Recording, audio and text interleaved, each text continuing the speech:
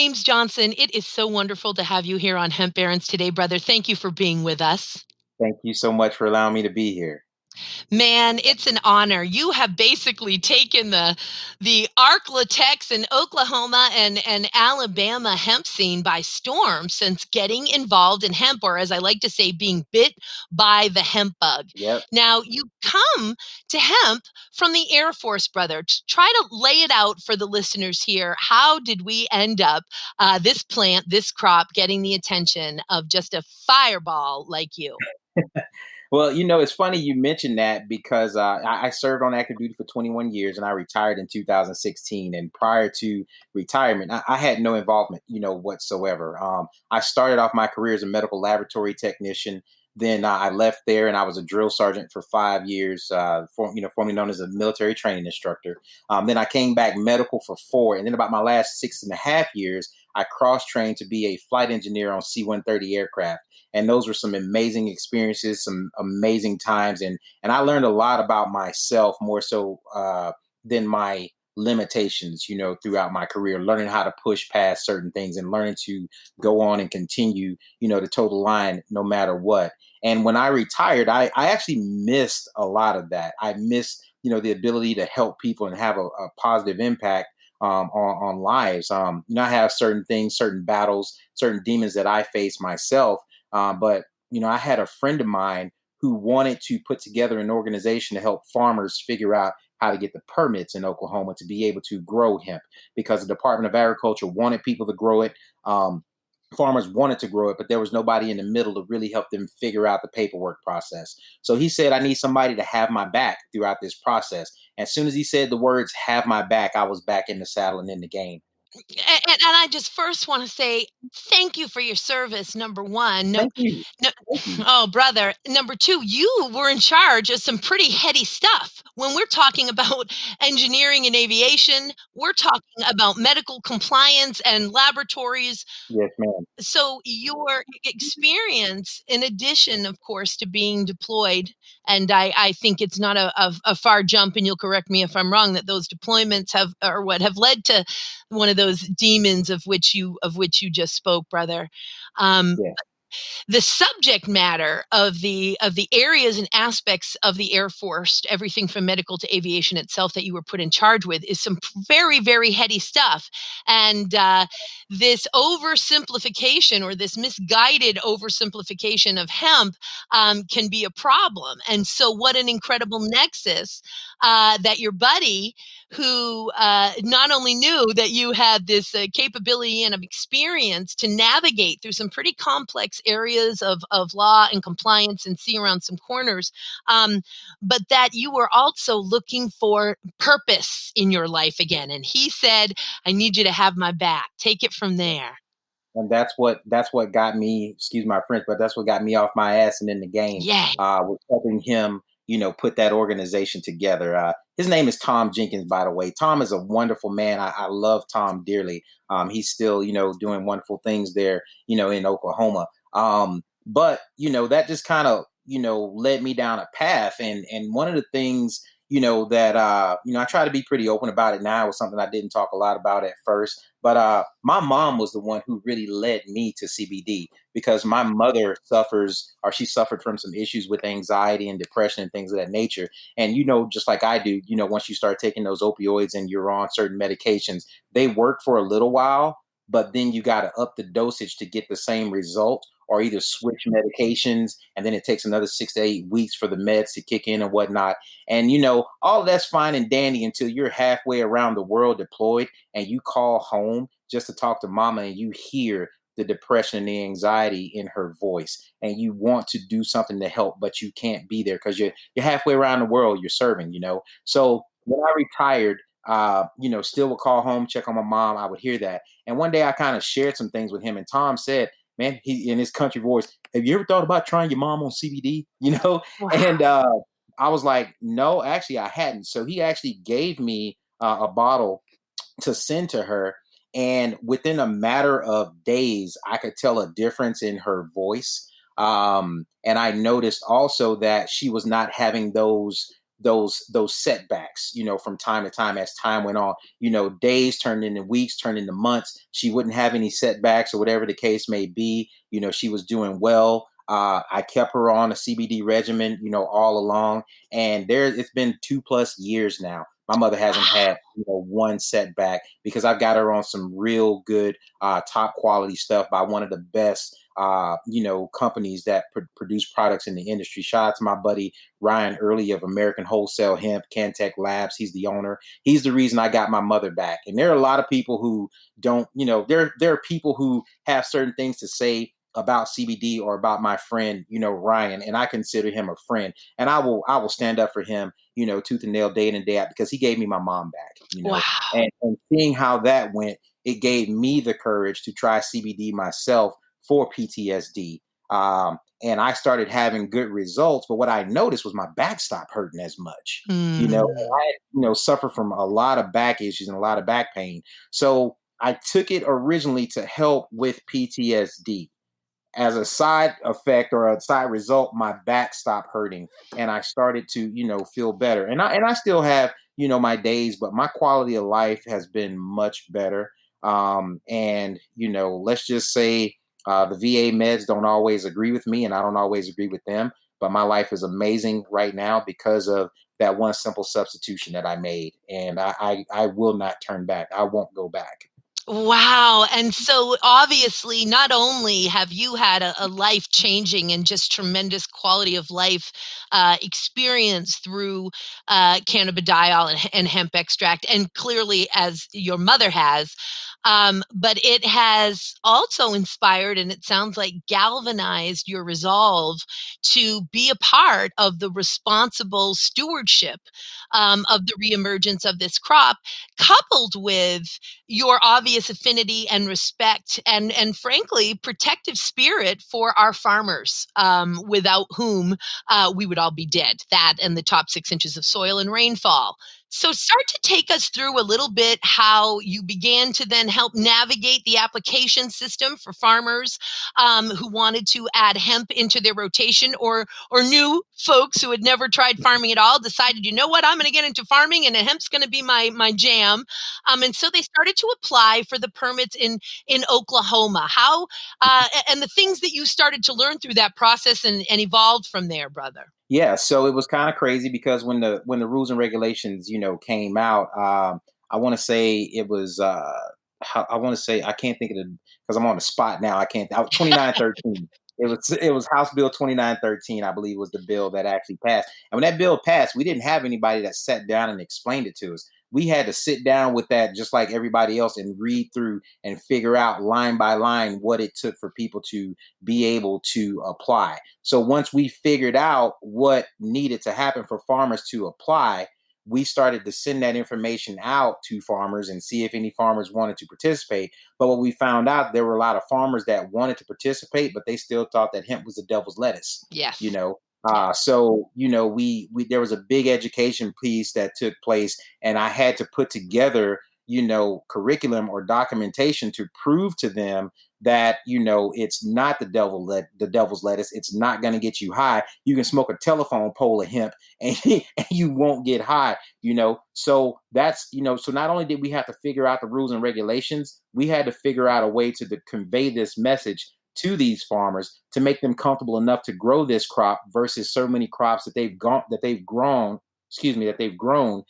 for so many years. So that led to me getting out, going to farmers' living rooms, sitting there, talking with them, explaining the application process to them, explaining why the crop is good for you. And the thing that was unique was we started this process because we thought, and I'm sure we'll transition into these broker jokers at some point during this interview, but Hmm. we initially thought we had someone who wanted to buy 400,000 acres of fiber. Mm. So that's where I got my start, was helping these farmers figure out the process to plant fiber, not for CBD, it was for fiber. So those are my roots. That's how I got started, trying to figure out the thing from the industrial standpoint. Well, come to find out, after we collected, paperwork for 200,000 acres, 200,000, Joy, not 200, 200,000 acres worth of paperwork to be able to turn in and get permits. This buyer dropped off the face of the planet. I'm so sorry. I mean, and laughing is not even kind of an appropriate way for me to respond to that. I guess I was just waiting for that shoe to drop because Yeah. it is not an unfamiliar story, and it's not a story that's unfamiliar in other countries. I mean, when Canada started to regulate in 1998 the crop with federal crop insurance, believe me, though, the fiber guys were, oh, please grow all this fiber, and the poor Canadians in that first year did. They grew a bunch of fiber and it sat there and they ate that fiber plant because there was no infrastructure to process that fiber. But what a valuable lesson. What a valuable lesson. And that right there solidified for me, not on my watch. Amen. So from that point forward, anybody who approached me saying, "Oh, well, we need this done, that, whatever." Well, hold on, slick. We need to talk about some stuff first. I need to see your SOP for what you're wanting to grow. I need to see what you want to pay these farmers. You will show me all of this stuff before I even send out a freaking Facebook message about what opportunity you have. I really don't care about your opportunity because I don't know you. I don't know you, and I'm going to protect these farmers. And I don't care if you don't like it. I'm going to protect these farmers, period. That's it. So because that didn't work out on the fiber side and we still wanted to make some things happen for farmers, we started entertaining, helping them plant for CBD. Well, I had just learned all about fiber. Now I got to go learn about CBD, and put the spin on that. So I have equal passions on both sides of the fence. And one of those passions actually led me to be co-owner of my own CBD brand. We have a formulation. It's called Active Duty RX. And anybody who's interested can go to activedutyrx.com and look up the products, themselves.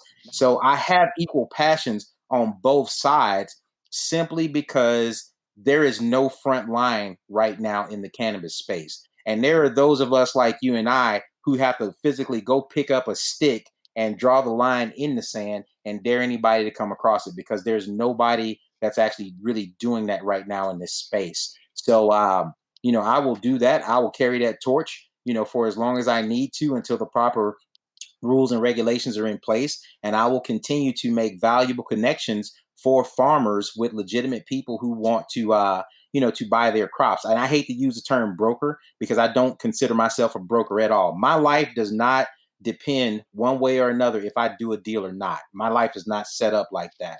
I've been blessed to have, certain benefits from the military. So my life is really good. I don't consider myself a broker at all. And because I'm not a broker, I don't take any fecal matter, off of anyone when it comes to what they want to get done. I care about the farmer. And if your best interest is not for that farmer, then you and I are done dealing. Period. There's nothing else that we can talk about because I don't care about your sales pitch.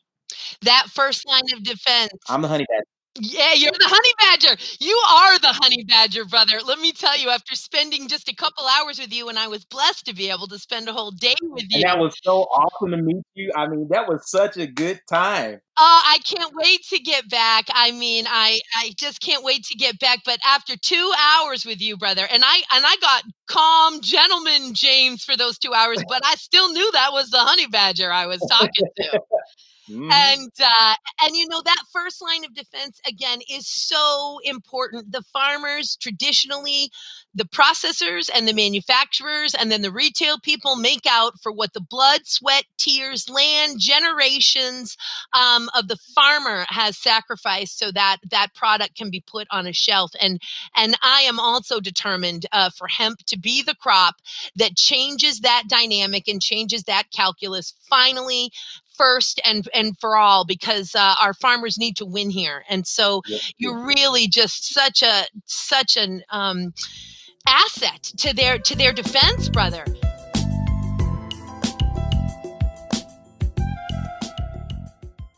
You have now crept into some other states here. Let's talk about that evolution. Yeah, so I've been kind of, doing a few things. I'm no stranger to travel, being in the military for so long. And part of my, unique experiences in the military, I actually was involved in network marketing for many years, while I was in the military. So I'm no stranger to going out and talking about people, not talking about people, but talking to people, Yeah. about different opportunities and different things. So I'm thankful for that experience. Now I am no longer in network marketing. I don't do it. I just don't. I don't. My mental space is totally occupied now.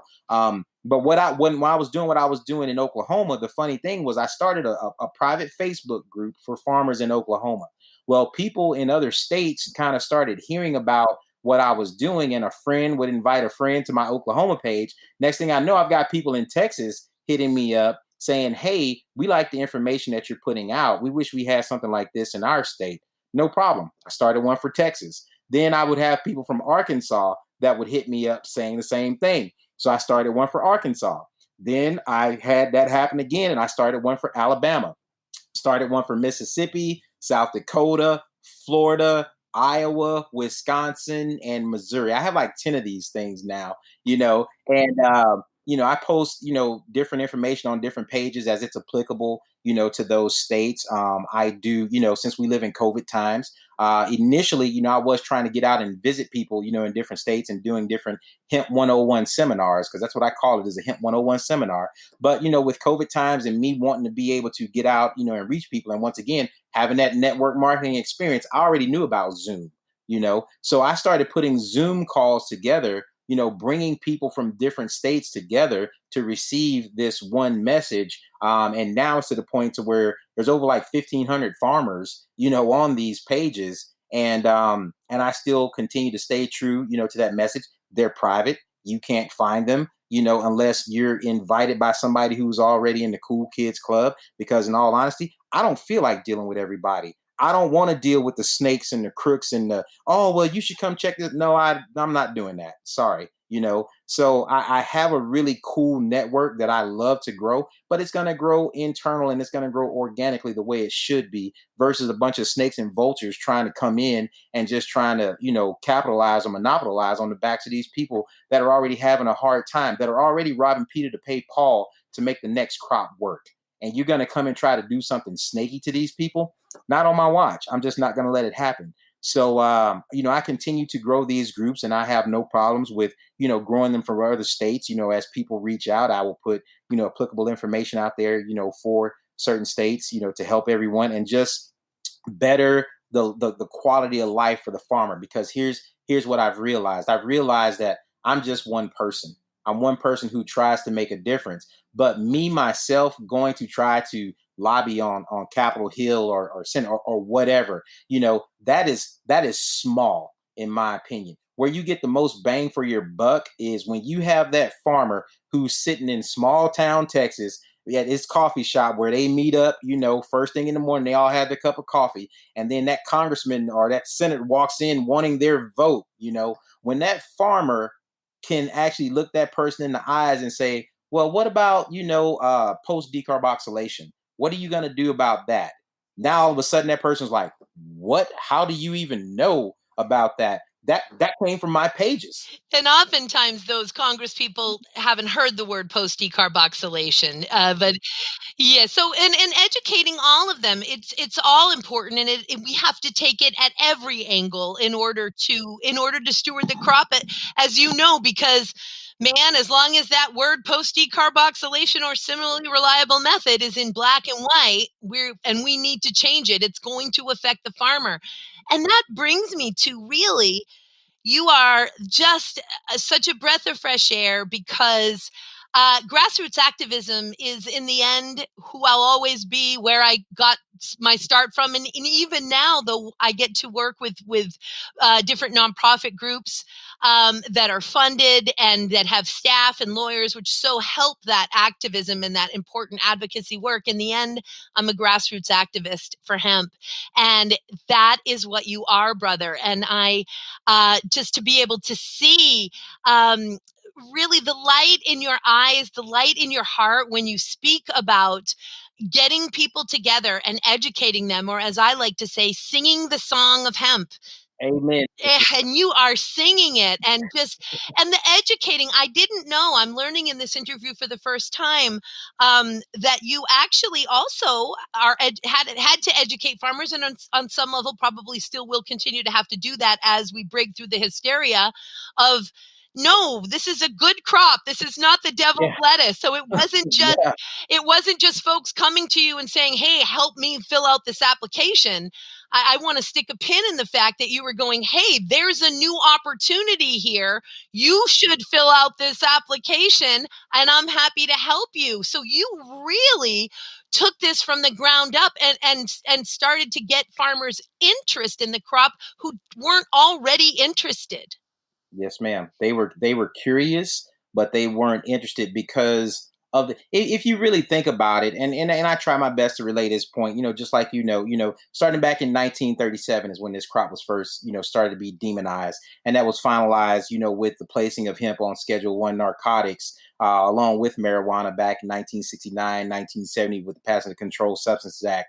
Um, it's like I try to take a different approach when it comes to educating people, because people have to have value. If they don't value what's going on, then you're not going to get that emotional buy-in that's needed, to make things happen. And when I think about these people who got that bad message, those kids that got those bad messages back in the day, where are those kids now? Those children are now those senators and those congressmen who we have to break through that stigmatism, and you have to find a way to get more bees with honey than vinegar. And if not, I mean, let's just be real, they're old. Okay, they're gonna stick their feet in the mud, and they're gonna hunker down, and they're not going to change if you don't know about how to go and deliver a positive message the right way and be a person of credibility along the way, because sometimes people will find out about your credibility before they know who you are. So if they value your credibility, then that's going to give you more leeway to get more things done with them later on. I am not a superstar by any stretch of the imagination, but here's what I am. I'm a dumb old Southern boy from Mobile, Alabama. Number one. Number two, I did 21 years in the military, and successfully, navigated those muddy waters for 21 years. And I have not screwed anybody over during that time. If I have screwed anyone over, if I know of it, I will apologize immediately, because I know that wasn't my intent. Now, if you did something dumb and I called you out on it, guess what? That's the way it should be, because you were trying to hurt people, you know. But for the most part, I try to deliver a message that's credible, and I try to bring credibility to the table with me with everything that I do, because I never know who I'm going to talk to later on, or who is saying what about me. The only way I can control the message that people are saying about me is to put the right or originating message out there to begin with, to resonate with others. So that's what I try to do. You're just straight up, brother. You're just straight up. And I think also, Ain't that, baby? and the fact that, as you say, so much of the work that you do is from your heart. It's not even to earn a dollar. Nope. It's to literally have purpose, and to fulfill this purpose that you've been handed by the plant, brother. I'm telling you, it Amen. picks people, and you've been picked. I got the bug, baby. Let's go. You really, really do. And I think, and I know that there are some new conferences moving into Oklahoma. I just think you're such an important voice. Um, and obviously such an important role in protecting the farmer and helping the farmer to navigate these waters. And you're based in Texas now, is that right? Yes, yes. I relocated to San Antonio, Texas about 3.5 weeks ago. I'm fortunate enough to have a lifestyle that allows me to, to travel a little bit, and I'm pretty mobile. So, I actually decided to come to San Antonio. I love it here. I have really good friends here. So I just wanted to come and reconnect, with people. And I've got about close to 400 farmers, in this area that are on my Texas page. And, I want to be able to, be a little bit more interactive with them, maybe go out and visit a little bit, here and there, the ones that don't get on my nerves. And, and help them out. And like I said, I know that sounds bad, that sounds horrible, but I'm the honey badger. I don't have to deal. I don't have to deal with everyone. I'm a firm believer in you go where you're celebrated, not tolerated. And if Yes. people don't want me to be there, then I'm not going to be there. It's okay. It's fine. But the people that do want me around, I will do my best to bring some amazing things into their life and some credible people their way that are not going to hurt them, with their crop. I'm gonna be the one that tells them, hey, don't do that deal because here's how it's gonna screw you. Here's how it's gonna come back and bite you, later on. Or here's a corner for you to see around, and this corner too, see around this as well, and, well, I can't tell you just how thrilled I am to finally meet your acquaintance. It was just so wonderful to meet you in person, and yes, it was under COVID circumstances, but socially safe, traveling as we were filming for a docuseries, the Yeah. 2 of us. Hey, I'm the one who owes you thanks because, Job. since you've come into my life, I feel like I have another mentor, which is awesome. Mm. You told me about that other event, coming up in Oklahoma that I wasn't even aware of. I did go on and register for that, by the Yes, way. Now, yes. whether or not they accept me or they want me, who knows? But I did go on and I did that, with your advice, your recommendation. So I really appreciate that. And I really appreciate you taking me under your wing, so to speak, and just helping me, grow, in this space. Somebody's got to pass that torch, and I got my hand out. I'm running full speed. My hand is out. I'm ready to take it and keep running. So It's yeah, an honor, it is a pleasure, it's just a downright joy to know you, and I can't wait to watch James Johnson and JJ Grow Enterprises unfold, and I think it's just infinite, the amount of great, awesome work that you're gonna be able to do in that region of the country and in fact, nationally. well, thank you. I really appreciate that. So important, brother. And if folks want to reach you also, it's jjgrowenterprises.com. Am I right? Actually, if they want, they can email me at James at jjgrow.com. James at jjgro.com. Don't put the W on there. James at jjgro.com. That's the important one. And of course, we'll have your stuff up on the MJ Bulls website so folks can find out more about you there. James, I'm excited for our next encounter together. I'm just sending you second and third wins as you continue to do the important work that you've been called to do, brother. Thank you for Yes, doing it, ma'am. and thank you for Hey, hearing me out. where we meet next, girl? What are we doing? Man, I don't know. We did talk to the incredible folks at Grow House Media, I think, for Yeah. that. Yeah, okay. All right. Deal. Fair enough. And when the conferences start again, we'll end up seeing each other at a conference, I'm sure of it, James, and I can't wait. Let's go. Let's get on stage and do something silly together. Can't wait. Can't wait, brother. Sending you so much love, honey. Thank you so much. I really appreciate you, Joy. Thanks for being with us. Yes, ma'am.